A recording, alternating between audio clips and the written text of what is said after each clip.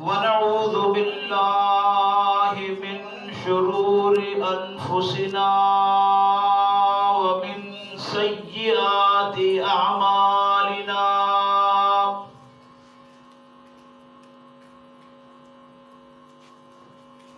من يهده الله فلا مضل له ومن يضلله فلا هادي له.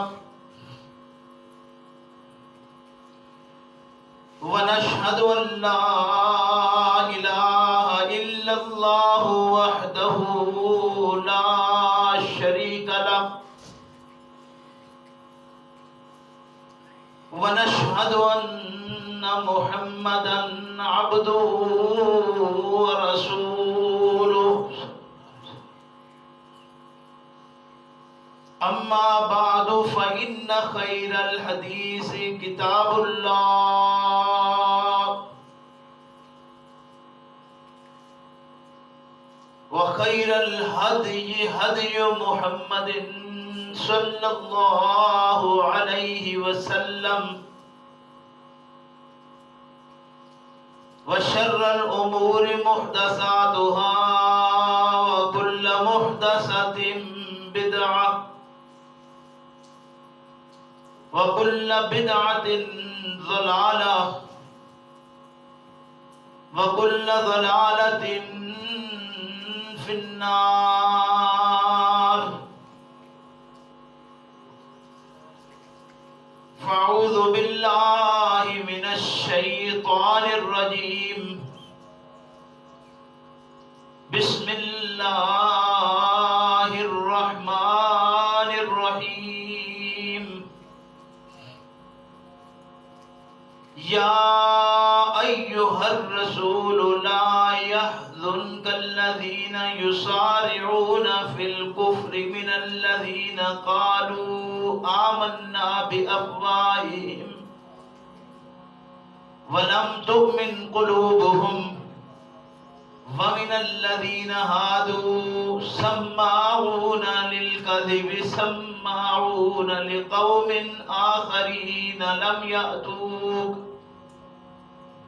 يحرفون الكلم من بعد مواضعه ويقولون إن أوتيتم هذا فخذوه وإن لم تؤتوه فاحذروا ومن يرد الله فتنته فلن تملك له من الله شيئا. أولئك الذين لم يرد الله أن يطهر قلوبهم لهم في الدنيا خزي ولهم في الآخرة عذاب عظيم. سماعون للكذب أكالون للسحت فإن جاءوك فاحكم بينهم أو أعرض عنهم وإن تعرض عنهم فلن يضروك شيئا وإن حكمت فاحكم بينهم بالقسط إن الله يحب المقسطين. وكيف يحكمونك وعندهم التوراة فيها حكم الله ثم يتولون من بعد ذلك وما أولئك بالمؤمنين. يا أيها الرسول اے پیغمبر صلی اللہ علیہ وسلم لا يحزنك الذین نہ غمگین کرے تجھ کو وہ لوگ یسارعون فی الکفر جو انکار حق میں جلدی کرتے ہیں من الذین ان لوگوں سے قالوا جو کہتے ہیں آمنا ہم ایمان لائے بافواہہم اپنی زبانوں سے اپنے منہوں سے وَلَمْ تُؤْمِنْ قُلُوبُهُمْ اور ان کے دل ایمان والے نہیں ہوئے وَمِنَ الَّذِينَ هَادُوا اور وہ لوگ جو یہود ہیں سماعون للکذب، سننے والے ہیں جھوٹ کے، کان لگاتے ہیں جھوٹ کی طرف. سماعون لقوم آخرین، بات سنتے ہیں دوسروں تک پہنچانے کے لیے. لم یاتوک، نہیں آتے تیرے پاس. یحرفون الکلمہ، وہ پھیر دیتے ہیں بات کو. من بعد مواضعہ، اس کی اصل جگہ سے، جبکہ وہ جانتے ہیں کہ وہ بات کو اس کے مقام سے پھیر رہے ہیں. یقولون، کہتے ہیں وہ، ان اوتیتم ھذا، اگر تم دیے جاؤ یہ جو تمہارا اپنا فیصلہ ہے، فخذوہ، تم اسے قبول کر لو، لے لو. وَإِن لَّمْ تُؤْتَوْهُ فَاحْذَرُوا، اور اگر اس کے علاوہ دیے جاؤ تو اس سے بچو. جو تمہاری مرضی کے مطابق نہیں ہے تو اس سے بچ جاؤ. وَمَن يُرِدِ اللَّهُ، اور جو شخص کی ارادہ کرے اللہ، فتنتہ، اس کی آزمائش کا، فلن تملک لہ من اللہ شیئا، تو ہرگز نہیں مالک پائے گا تو اس کے لیے اللہ سے کچھ.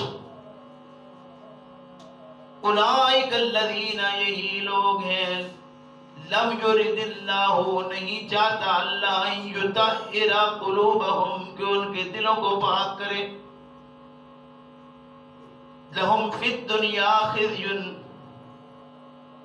ان کے لیے دنیا میں رسوائیاں ہیں. وَلَهُمْ فِي الْآخِرَةِ عَذَابٌ عَظِيمٌ، اور ان کے لیے آخرت میں عذاب عظیم ہے. سماعون للکذب، جاسوسی کرتے ہیں، کان لگاتے ہیں جھوٹ کے لیے، جھوٹ سننے کے عادی ہیں، جھوٹ سن کر خوش ہوتے ہیں. اکالون للسحت، حرام کھانے کے عادی ہو چکے ہیں، چھیل کر کھا لینا پسند کرتے ہیں. فَإِن جَاءُوكَ، پس جب آئیں تیرے پاس، فَاحْكُم، پس فیصلہ کر، بینہم، ان کے درمیان، کسی بھی معاملے کا. او اعرض عنہم، یا فیصلہ نہ کرتے ہوئے منہ پھیر لے ان سے، اعراض کر ان سے. وَإِن تُعْرِضْ عَنْهُمْ، اور اگر تو اعراض کرے گا ان سے، منہ پھیر لے گا ان سے، ان کا فیصلہ نہیں کرے گا، فَلَن يَضُرُّوكَ شَيْئًا، تو تیرا کچھ بھی وہ بگاڑ نہیں سکتے. وَإِنْ حَكَمْتَ، اور اگر تو فیصلہ کرے، فَاحْكُم بَيْنَهُمْ بِالْقِسْطِ، تو فیصلہ کر ان کے درمیان پورا ترازو تول کر. ان اللہ یحب المقسطین، بلا شبہ اللہ بھی پورا تولنے والوں کو پسند کرتا ہے. وَكَيْفَ يُحَكِّمُونَكَ، اور وہ کیوں کر فیصلہ کرائیں تجھ سے. وَعِندَهُمُ التَّوْرَاةُ، اور ان کے پاس تورات موجود ہے. فِيهَا حُکْمُ اللَّهِ، اس میں اللہ کا حکم موجود ہے. ثُمَّ يَتَوَلَّوْنَ، پھر وہ پھر گئے، مِن بَعْدِ ذَلِكَ، اس کے بعد. وَمَا أُولَئِكَ بِالْمُؤْمِنِينَ، حقیقت یہ ہے کہ یہ ایسے لوگ ہیں جو ایمان لائے ہی نہیں ہیں. سبحان ربک رب العزت عما یصفون، وسلام علی المرسلین، والحمد للہ رب العالمین.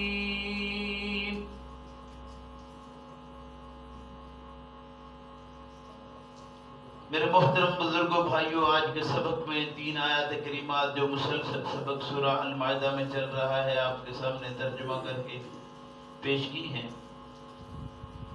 یہ آیات نمبر ہیں 41، 42 اور 43.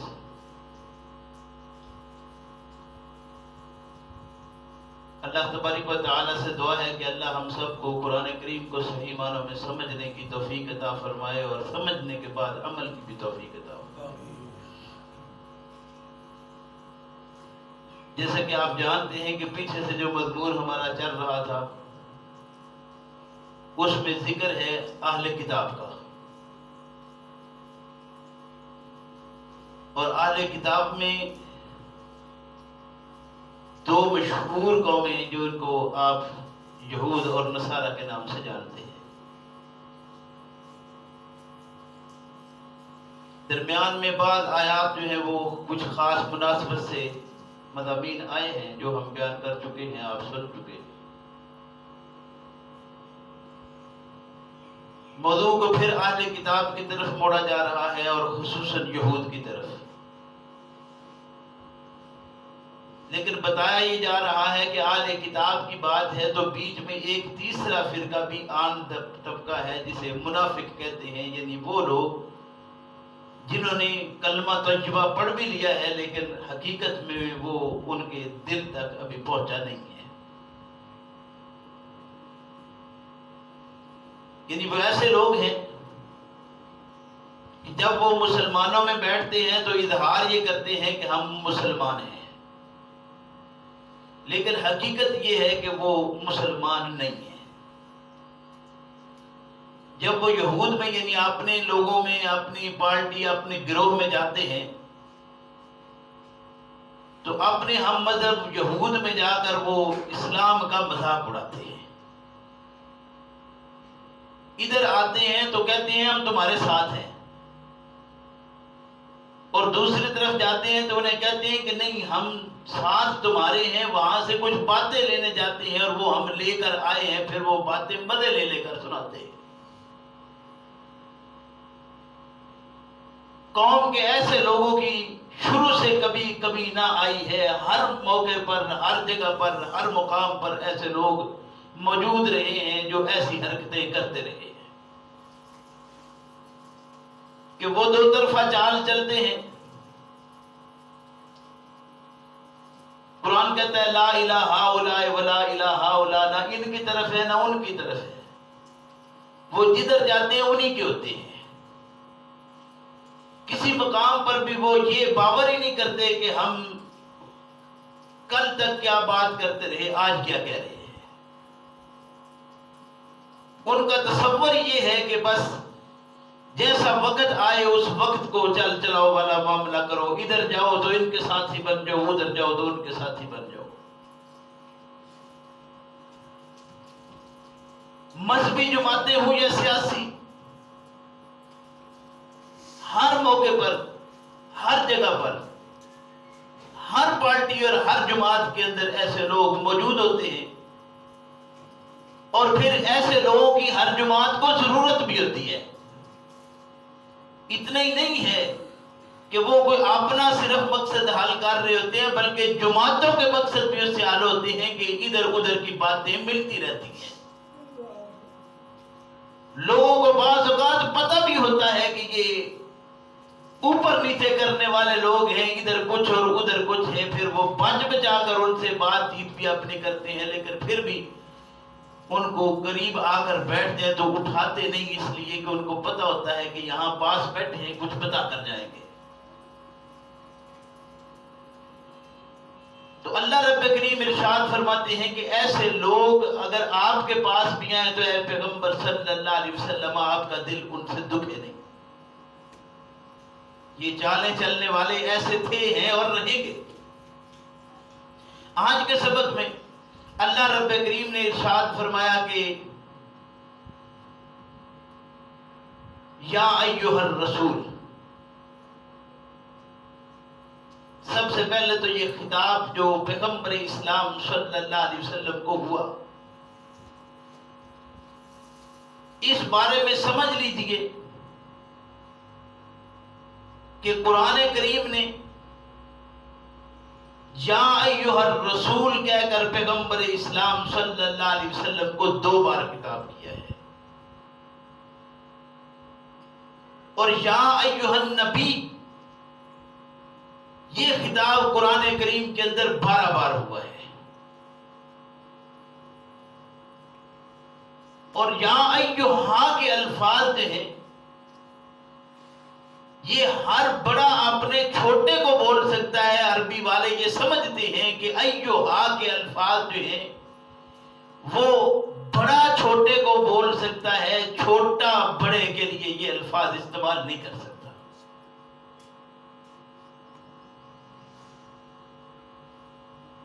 پھر ہمارے ہاں ایک سوال اٹھتا ہے کہ اگر ایسی بات ہے تو پیغمبر اسلام صلی اللہ علیہ وسلم کے لیے آپ ہر نماز میں جو کہتے ہیں ایھا النبی، تو یہ کیوں کہا جاتا ہے؟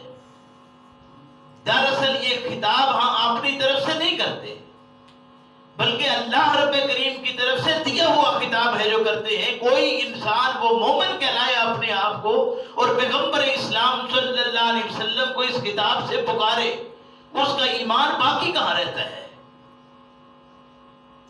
پیغمبر اسلام صلی اللہ علیہ وسلم کو یہ جو عام ہمارے ہاں معروف ہے، اور ہماری مساجد کے اندر بھری پڑی ہیں ہماری مساجد، اور پھر کھلے بندوں آپ صلی اللہ علیہ وسلم کا نام جا کے ساتھ ایسے پکارا جاتا ہے جیسے کوئی شاید پتہ نہیں کیا، اور ہمارے اوپر فتویٰ یہ ہے کہ یہ نبی کو اپنے بڑے بھائیوں کے برابر سمجھتے ہیں، اور خود ہیکے لگا رہے ہوتے ہیں، اور کبھی اس میں سوچا بھی نہیں کہ نبی اکرم صلی اللہ علیہ وسلم کا اس میں ذات کیسے پکارا جاتا ہے۔ پورا قرآن کریم موجود ہے، آپ قرآن کریم میں ایک مقام بھی ایسا نہیں دکھا سکتے جس میں پیغمبر اسلام صلی اللہ علیہ وسلم کے اسم ذات کے ساتھ یا کا لفظ لگایا گیا ہو۔ آپ یہ کوئی چھوٹی سی بات سمجھتے ہیں؟ ہمارے مدارس ہیں، ہمارے سکول ہیں، ان کے اندر یہ نعتیں ہر وقت پڑھنا، مساجد کے اندر یہ نعتیں عام چلتی ہیں، اور ہر جگہ پر وہ یا محمد یا محمد یا محمد۔ بھائی آپ کبھی سوچئے تو کہ پیغمبر اسلام صلی اللہ علیہ وسلم کے اسم ذات ہیں دو، ایک آپ صلی اللہ علیہ وسلم کا نام ہے محمد صلی اللہ علیہ وسلم، جسے محمد الرسول اللہ کہہ کر قرآن نے پکارا ہے، اور ایک آپ صلی اللہ علیہ وسلم کا اسم ذات ہے جسے احمد کہا گیا، اسمہ احمد۔ سیدنا عیسیٰ علیہ السلام نے کہا تھا میرے بعد آنے والا ایک آئے گا جس کا نام احمد ہوگا، من بعدی کہا، میرے بعد، موجودگی میں نہیں کہا کہ میں موجود ہوں گا، مجھے زندہ اٹھا لیا گیا ہوگا، میں ابھی زندہ ہوں گا تو آئے، نہیں، فرمایا من بعدی، میرے بعد، اسمہ احمد، آنے والا آئے گا جس کا نام احمد ہوگا، صلی اللہ علیہ وسلم۔ تو پیغمبر اسلام صلی اللہ علیہ وسلم کے اسم ذات ہے دو، ایک آپ صلی اللہ علیہ وسلم کا ذاتی نام ہے محمد صلی اللہ علیہ وسلم، اور ایک آپ صلی اللہ علیہ وسلم کا نام ہے احمد صلی اللہ علیہ وسلم۔ آپ بڑا کمال سمجھتے ہیں کہ ایک آنے والا آیا تھا جس نے آپ کے ملک کے اندر یہ قانون پاس کروا دیا، یہ 71 کا قانون پڑھیے، اس میں یہ بات طے پائی تھی 71 یا 73 کے قانون کے اندر کہ جو احمدی ہے وہ کافر ہے۔ سوچئے تو کیا یعنی نبی اکرم صلی اللہ علیہ وسلم کے اسم ذات کی طرف اپنی نسبت کرنے والا کافر ہے تو مسلمان کون ہے؟ مرزائی کو آپ کہتے ہیں 100 بار قرار دیتے، لیکن کہتے ہوئے آپ نے کیا بولے تو، لیکن بولے کیا؟ پھر دوسری بات جو میں عرض کر چکا ہوں کہ پیغمبر اسلام صلی اللہ علیہ وسلم کا اسم ذات ہماری مساجد میں، ہمارے سکولوں میں، ہماری درسگاہوں میں کس طرح پکارا جاتا ہے کہ ہر جگہ پر نعتیں وہ چلتی ایسی ہیں، اور جو نہ کرے اس کے اوپر فتوے۔ اللہ رب کریم نے ارشاد فرمایا کہ لوگوں یاد رکھو، پیغمبر اسلام صلی اللہ علیہ وسلم کو اس طرح مت پکارا کرو جس طرح آپس میں ایک دوسرے کو بلاتے ہو۔ اگر تم ایسا کرو گے ان تحبط اعمالکم وانتم تعلمون لا تشعرون، تم ایسے ہو کہ تم جانتے بھی نہیں ہوگے، تمہارے اعمال ضائع ہو جائیں گے کہ تم پیغمبر کا نام اس طرح لیتے ہو صلی اللہ علیہ وسلم کا۔ آج ہماری مساجد میں وہ تیسرا، وہ 10واں، وہ جتنے 40واں اور سالانہ جتنے آپ کے ختم ہیں، جتنے کچھ آپ زمانے میں کر رہے ہیں، آپ ہر ایک کو جا کر چیک کر لیجئے، ہر جگہ پر یہ اسی طرح کے کام نہیں ہوتے، تو آپ بتائیے کبھی سوچا؟ نہ ہمارے ملا نے کبھی دیکھا، نہ کبھی ہمارے پیر جی نے دیکھا، نہ ہمارے کسی بزرگ نے دیکھا، کبھی اس بات کی طرف توجہ ہی نہیں دلائی کہ اللہ کے بندوں پیغمبر اسلام صلی اللہ علیہ وسلم کے اس میں ذات کے ساتھ تو اللہ رب کریم نے کہیں جا لگا کر نہیں پکارا۔ آئیے قرآن کو کھولیے، یا آدم اسکن، آدم کے ساتھ یا نوح اہبط بسلام منا، نوح کے ساتھ یا نوح، نوح کے ساتھ قرآن میں ایک نہیں کہی ایک بار، یا ابراہیم، ابراہیم کے ساتھ یا عیسیٰ انی متوفی کا، عیسیٰ علیہ السلام کے ساتھ یا موسیٰ جعلنا، موسیٰ کے ساتھ کوئی ایک مقام قرآن میں آپ نہیں دکھا سکتے جہاں نبی کریم صلی اللہ علیہ وسلم کے اس میں ذات کے ساتھ یا لگایا گیا ہو۔ پھر اگر آپ یہ تسلیم نہیں کرتے تو آپ کی اپنی مرضی ہے، آپ 100 فتوے لگا لیں کہ نبی کریم صلی اللہ علیہ وسلم کو یہ وہابی اپنے بڑے بھائی جتنا درجہ دیتے ہیں، جملہ بچپن سے سنتے آ رہے ہیں ہم، لیکن میں تو اپنے بار بار یہ بات عرض کرتا ہوں کہ خدا کے بندو اتنا خیال کرو، پیغمبر اسلام صلی اللہ علیہ وسلم کے اس میں ذات کے ساتھ آپ کو نہ پکارا کرو، اس لیے کہ یہ زبان اس قابل نہیں ہے کہ آپ صلی اللہ علیہ وسلم کا نامی اسم گرامی، اسم ذات اس طرح اپنی زبان پر لایا جائے۔ لیکن نہ معلوم کہ یہ تفہیم کیسے ہو پائے گی اور ہماری قوم کیسے کرے گی۔ کیوں؟ اس لیے کہ سارے کرتے آ رہے ہیں، بچپن سے ایسے ہی سنتے آ رہے ہیں۔ عرض ہی کر رہا تھا، فرمایا یا ایھا الرسول، اے پیغمبر، اے رسول صلی اللہ علیہ وسلم، لا يحزنك الذين يسارعون في الكفر، کہ وہ لوگ جو انکار میں جلدی کر رہے ہیں، وہ لوگ جو ماننے کے تیار نہیں ہیں، انکار کیے چلے جا رہے ہیں، آپ تبلیغ کیے جا رہے ہیں، وہ انکار کیے جا رہے ہیں، تو ان کا انکار کرتے رہنا آپ کو غمگین نہ کرے، اس لیے کہ آپ کا حق یہ ہے کہ آپ بات کرتے رہیں، پیغام پہنچاتے رہیں۔ وما علیک الا البلاغ، ہم نے آپ پر بات ہی یہ رکھی ہے کہ آپ پہنچا دیجئے، منوانا آپ کا کام ہی نہیں ہے، یہ مانے نہیں مانے تو آپ اپنا کام کر دیجئے۔ یہ خواہش رکھنا آج بھی زمانے میں کہ میرے پاس حق ہے لہذا یہ سب مانے، تو یہ بات اچھی نہیں ہے۔ پتہ نہیں میں کیا کہہ رہا ہوں کہ میرے پاس ہے وہ حق ہے، اب یہ سارے مانے، میں منوا کے رہوں گا اس لیے کہ میں چاہتا ہوں کہ بھئی یہ سچ ہے، حق ہے، یہ مانا جائے، تو یہ سوچ ہی صحیح نہیں ہے، یہ سوچ ہی حق نہیں ہے۔ حق یہ ہے کہ حق پہنچا دیا جائے، پھر پہنچا دینے کے بعد اللہ پر انحصار کیا جائے۔ کب تک؟ نبی کریم صلی اللہ علیہ وسلم کی زندگی کو پڑھیے، پیغمبر اسلام صلی اللہ علیہ وسلم جو لے کر آئے وہ کیا تھا؟ حق۔ ہم نے آپ کو حق دے کر بھیجا ہے، اللہ نے رسول اللہ کو حق دیا تھا اور نبی کریم صلی اللہ علیہ وسلم نے وہ حق پہنچایا، جس کی اپنی آخری وقت میں شہادت بھی لی تھی۔ رسول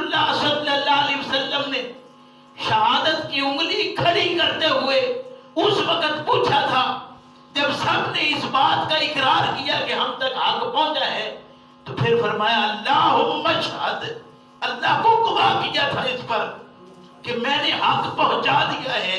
اور نبی کریم صلی اللہ علیہ وسلم کے پاس مکہ میں حق تھا، لیکن آپ صلی اللہ علیہ وسلم نے حق کو منوانے کے لیے کبھی بھی زور زبردستی سے کام نہیں لیا۔ حق تھا، لیکن آپ صلی اللہ علیہ وسلم دار ارقم میں تعلیم کر رہے تھے۔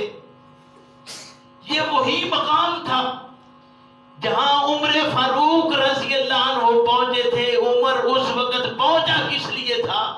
گھر سے تو نکلا تھا تلوار لے کر کے محمد کا سر قلم کرنا ہے صلی اللہ علیہ وسلم کا۔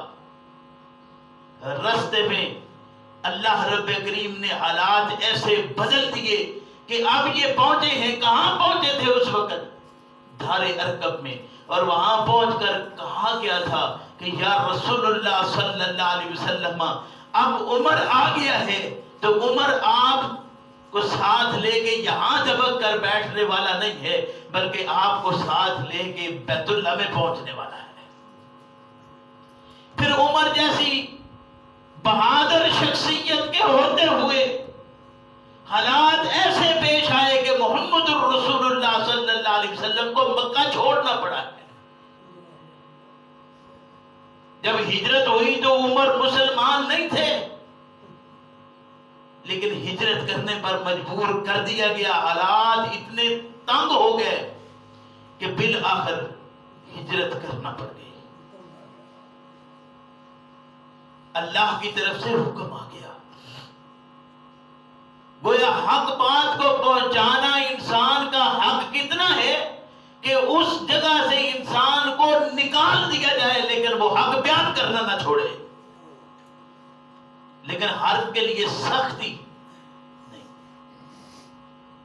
ہاں، سختی کا وقت آئے گا، وہ بھی حق منوانے کے لیے نہیں۔ حق آ گیا، باطل دب گیا۔ جب باطل دب گیا، قل جاء الحق وزهق الباطل ان الباطل کان زہوقا، باطل ہے ہی دبنے کے لیے، لیکن جب دب جائے گا، حق ظاہر ہو جائے گا، تو پھر اس کے بعد یہ وقت آئے گا کہ اب کوئی مانے تو مانے، نہیں مانے تو یہ علاقہ یا مان لے ہمیں یا دین کو مان لے۔ دین کو مان لے تو بہت اچھا ہے، نہیں تو حکومت ہماری ہے، ہماری حکومت کے جو بنائے ہوئے قوانین ہیں ان کو مان کے اس حکومت میں رہنا چاہے، پھر بھی ہم اس کو پناہ میں رکھتے ہیں، پناہ دیتے ہیں، یہ رہ سکتا ہے۔ اور اگر دونوں کام کے لیے تیار نہیں، پھر اگر تیر و تفنگ کے لیے یہ سامنے آئے گا تو اس کا مقابلہ کیا جائے گا اور اس کو تحت ایک کر دیا جائے گا۔ یہ اسلام کا اصول تھا۔ حق تو یہ تھا، چاہیے تو یہ تھا کہ یہ اصول اپنایا جاتا، لیکن اس اصول کو اپنانے کے لیے ہم تیار نہیں ہوئے، بلکہ ہم نے فوراً یہ بات کہی کہ نہیں، اب میں آ گیا ہوں، اس لیے میرا یہ حق بنتا ہے کہ میری بات یہاں پہ مانی جائے، جس طرح میں کہتا ہوں وہ ہو۔ کیوں؟ اس لیے کہ میں جو بات کرتا ہوں وہ حق ہے۔ حق ہے، لیکن حق کو منوانا بھی آپ کا حق نہیں۔ بیان کرتے رہیے۔ بیان بھی تب کرنا ہے جب پہلے آپ کا کردار نظر آئے۔ کردار بنائیے، کردار ہی اصل شے ہے۔ وہ کردار بنے گا تو بیان بھی ہو جائے گا۔ وہ آپ ہی نہیں، اس کردار کو دیکھ کر مخالف بھی بیان کریں گے۔ ابو سفیان نبی کریم صلی اللہ علیہ وسلم کا مخالف بن کر گیا تھا، لیکن سوال کرنے والے نے جب سوال کیا تو زبان اس کی بولی تھی کہ نہیں، کبھی محمد جھوٹ نہیں بولتا، لڑانے کے لیے تیار نہیں ہوتا، کبھی بددھیانتی نہیں کرتا۔ اچھا، دوسروں کو بلایا، بتاؤ وہ پیغام دیتا کیا ہے؟ اب مخالف تو پیغام سنانے سے رہا، اپنوں سے پوچھا پیغام کیا ہے؟ چند الفاظ اللہ کی کتاب کے سننا تھے کہ اس ابھی عیسائیوں کا سردار، اس نے کہا اچھا بات اگر ایسی ہے تو پھر میں اعلان کرتا ہوں کہ عنقریب یہ وقت آئے گا کہ یہاں اس مقام تک حکومت اس کی ہوگی،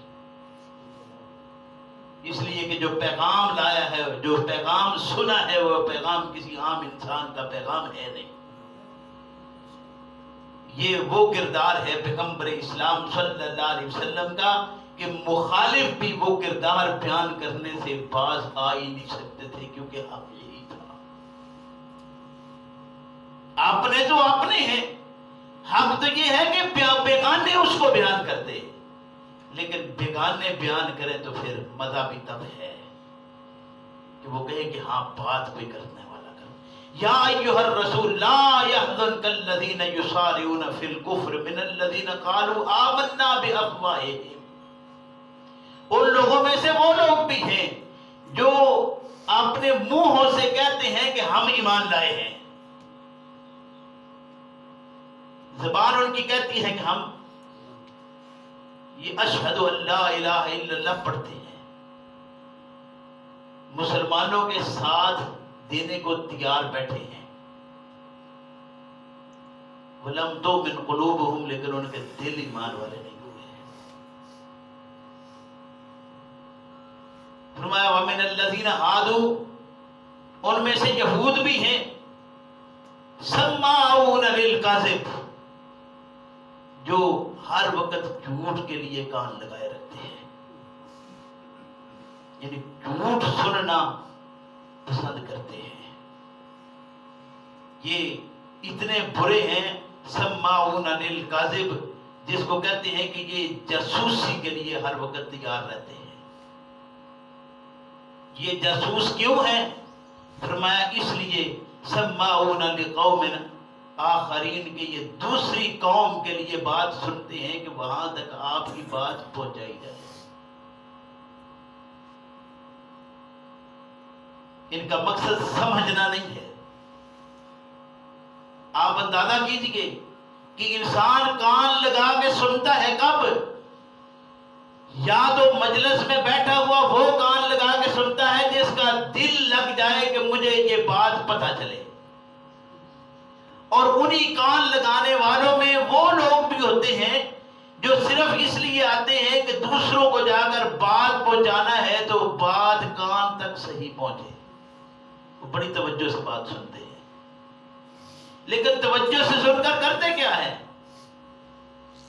فرمایا کرتے یہ ہے کہ یحرفون الکلم من بعد مواضعہ، کہ وہ بات کو اس کی جگہ سے ہیر پھیر کر دیتے ہیں۔ ان کو پتا ہے کہ جو کہہ رہے ہیں وہ صحیح نہیں ہے، لیکن بات کا انداز، الفاظ وہی رہیں، انداز ایسا بدل دے کہ بات کا مفہوم بدل جائے۔ تم جاؤ، انداز یہ نا، جاؤ ذرا، الفاظ سیم الفاظ کتنی چیزوں میں آپ رکھ سکتے ہیں۔ روکو مت جانے دو،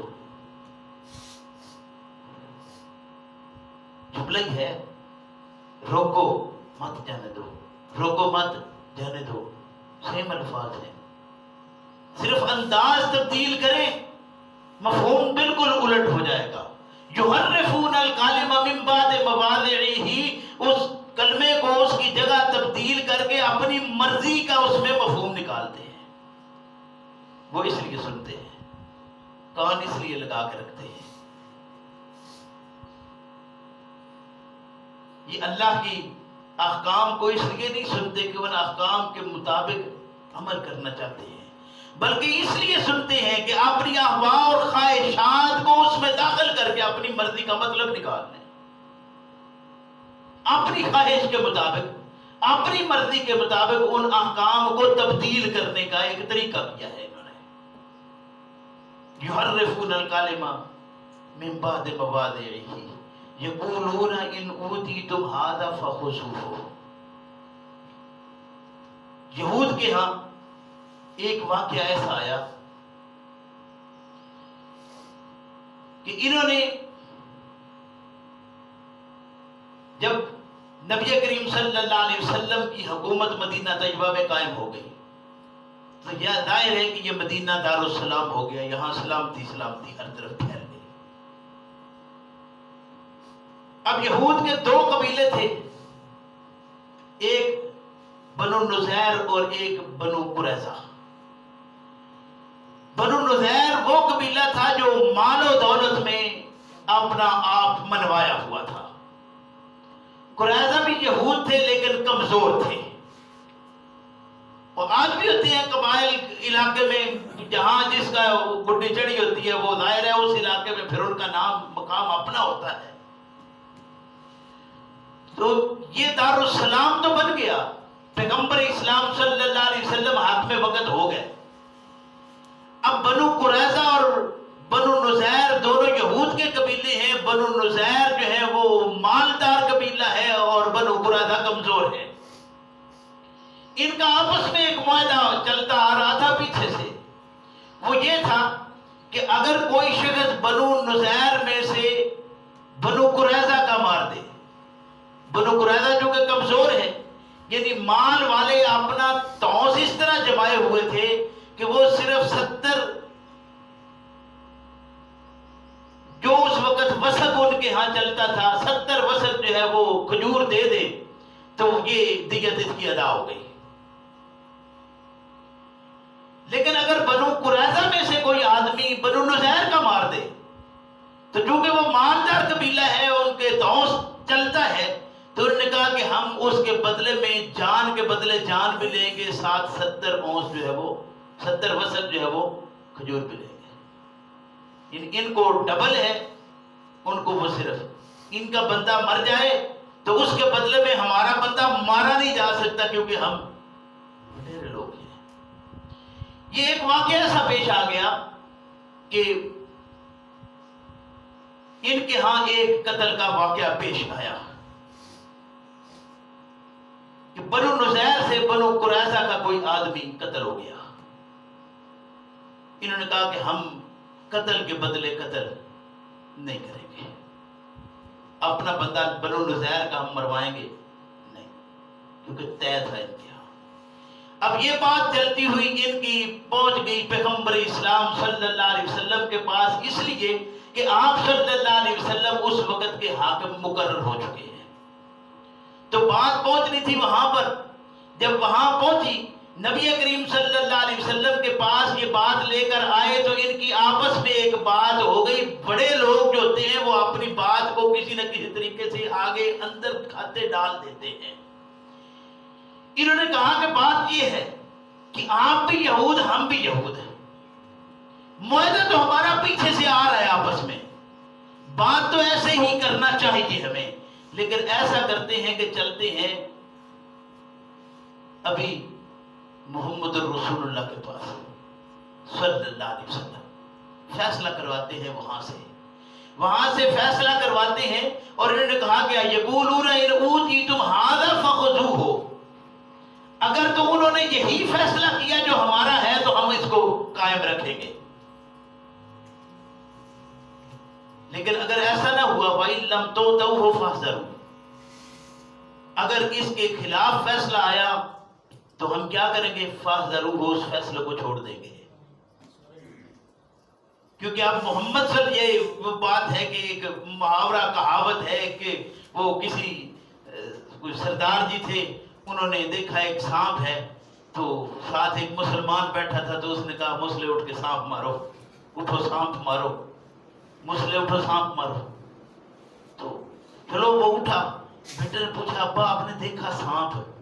آپ نے پہلے دیکھ بھی لیا، وہ تو دشمن تھا، آپ نے اٹھ کے فوراً کیوں نہیں مارا؟ اس نے کہا مسلح بھی دشمن ہے، سانپ بھی دشمن ہے، دونوں میں سے ایک تو مرے گا، وہ میرے بھی گل پڑ سکتا تھا، تو چلو یہ آپس میں انہوں نے یہ گیم کی، ایک چال چلی کہ ایسا کرتے ہیں چلتے ہیں وہاں، اگر تو انہوں نے ہمارے مطابق کیا فیصلہ تو چلو ہمارا وہ چل رہا ہے ایک سلسلہ کہ ٹھیک ہے ہمارا حاکم بن کے ہم تسلیم رکھیں گے، اگر اس کے خلاف آیا تو حاکم کے خلاف ہو جائیں گے، کیونکہ مسلمانوں کے خلاف تو نہیں ہے نا کسی طریقے سے۔ اگر موقع ملا تو ایک موقع اچھا بن گیا، یہود کا آپس میں فیصلہ ہوا۔ اللہ ارشاد فرماتے ہیں وَمَن يُرِدِ اللَّهُ فِتْنَتَهُ فَلَن تَمْلِكَ لَهُ مِنَ اللَّهِ شَيْئًا، وَمَن يُرِدِ اللَّهُ، جو شخص اللہ ارادہ کر دے اس کی آزمائش کا، فَلَن تَمْلِكَ لَهُ مِنَ اللہ سے کوئی شے تو اس سے چھڑانے کے لیے نہیں لے سکتا۔ اللہ کے کچھ اپنے فیصلے ہیں، اس لیے یہ ایک نہیں کئی ایک واقعات اور کئی ایک معاملات ان میں پیش آئے اسی طرح سے۔ بالکل اسی طرح کا ایک دوسرا واقعہ ان کے ہاں پھر پیش آ گیا، یعنی وہ وقت تو تھا، پتہ چل گیا کہ بھئی یہ کسی مشن پہ آئے ہیں، تو آپ نے ان کو انہی کے پاس بھیج کے فارغ کر دیا کہ تم جانو تمہارا کام جانے، اپنا جا کے بھی فیصلہ کرو، بھی اس معاملے میں ہم جو حقیقت ہے وہ ایسی ہے، لیکن تم مخالف ہو جاؤ گے، اس لیے ابھی فی الحال یعنی حکومت کے باوجود بھی تھوڑا نرمی والا معاملہ ہے۔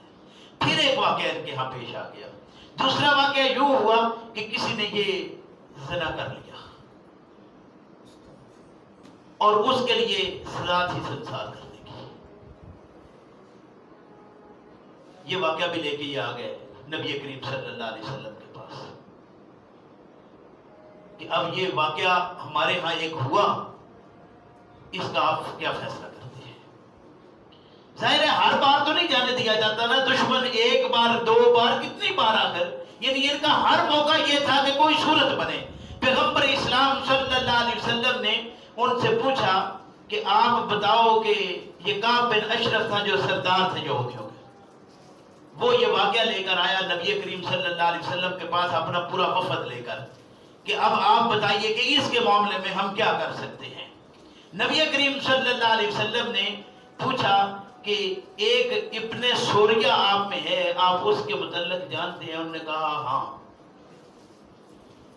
ہم اس پوری زمین اور کائنات میں جہاں بھی جائیں نا، ہم اس سے بہتر علم والا کسی کو نہیں جانتے کہ اس کے پاس علم زیادہ ہے، وہ سب سے اچھا جاننے والا دنیا کے اندر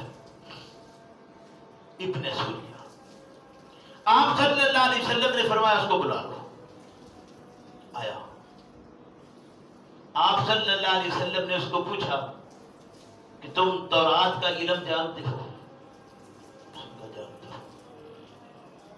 آپ صلی اللہ علیہ وسلم نے پوچھا کہ یہ زنا کا واقعہ میرے پاس لے کر آئے ہیں یہود، بتاؤ تورات کیا کہتی ہے اس سلسلے میں؟ تورات کا حکم جانتے تو وہ سارے تھے، یہ تو نہیں کہ ان کو علم نہیں تھا۔ اب ان کو علم تھا تورات کا، تو اس نے بتایا کہ اس میں تو سنسار کرنا ہے۔ اللہ کی طرف سے آیات بھی نازل ہو گئی، یعنی اللہ کا حکم بھی یہی، اس کا مطلب ہے پہلے بھی اللہ کا حکم، یہ شریعت نے کوئی تبدیلی نہیں کی بلکہ اسی کو تسلیم کرنا پڑا۔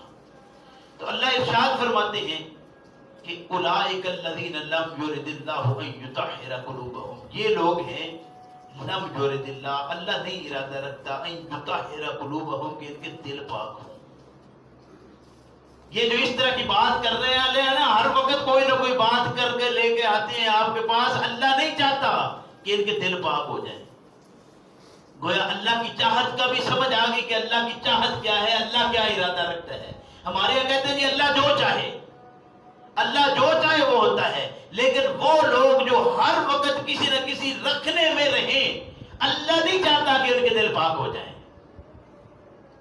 اللہ طاقتور ہے، چاہے ان کے دل پاک کر دے، لیکن یہ اپنا دل پاک کرنے کو تیار نہیں ہے تو اللہ ان کا دل پاک نہیں کرتا۔ یہ اللہ کا ارادہ کیا ہے؟ لم یرد اللہ، اللہ نے اللہ سے وَمَن يُرِدِ اللَّهُ فِتْنَتَهُ أُولَٰئِكَ الَّذِينَ لَمْ يُرِدِ اللَّهُ أَن يُطَهِّرَ قُلُوبَهُمْ، یہ وہ لوگ ہیں کہ اللہ ارادہ ہی نہیں رکھتا کہ ان کے دل پاک ہو جائیں، کیونکہ یہ دل کے کھوٹے اپنے دل سے میل نکالے نہیں۔ اسی بات کو علامہ عصری رحمہ اللہ اکثر بیان فرمایا کرتے تھے کہ اللہ کے بندو، یہ اللہ کی رحمت بارش ایک ہی جیسی برستی ہے، لیکن جہاں گند کا ڈھیر ہوگا وہاں تعفن۔ فرماتے تھے دل کی زمین اس کے ساتھ تعلق ہے قرآن کا، قرآن نازل ہوا دل پر، دل وہ زمین ہے جہاں قرآن اللہ کی رحمت برستی ہے۔ اگر دل کے اندر گند ہوگا تو یہ کبھی صورت ہی کوئی نہیں کہ جب بھی اس کے سامنے قرآن پیش کیا جائے گا تعفن پھیلے گا۔ اس لیے خدا کے لیے اپنے دل کی زمین کو پہلے صاف کیجیے۔ دل صاف ہوگا تو حقیقت سمجھیں گے، دل نہ صاف ہوا تو حقیقت نہیں سمجھ سکتے۔ فرمایا اولئک الذین لم یرد اللہ ان یطہر قلوبہم فی الدنیا خزی، یہ وہ لوگ ہیں بدبخت جن کے لیے دنیا میں رسوائیاں ہیں، دنیا میں ان کے لیے رسوائیاں ہیں۔ وَلَهُمْ فِي الْآخِرَةِ عَذَابٌ عَظِيمٌ، اور آخرت میں ان کے لیے عذاب عظیم ہے، بڑا عذاب تیار ہے۔ کون لوگ؟ جنہوں نے اپنے دل کو صاف نہیں کیا، جنہوں نے اپنے حقائق دین کے سمجھنے کی خود کوشش نہیں کی۔ آپ ان تک حق پہنچاتے رہیے، یہی کام تھا جو نبی کریم صلی اللہ علیہ وسلم نے کیا۔ اللہ مجھے آپ کو سمجھ کی توفیق عطا فرمائے۔ ربنا لا تزغ قلوبنا بعد إذ هديتنا وهب لنا من لدنك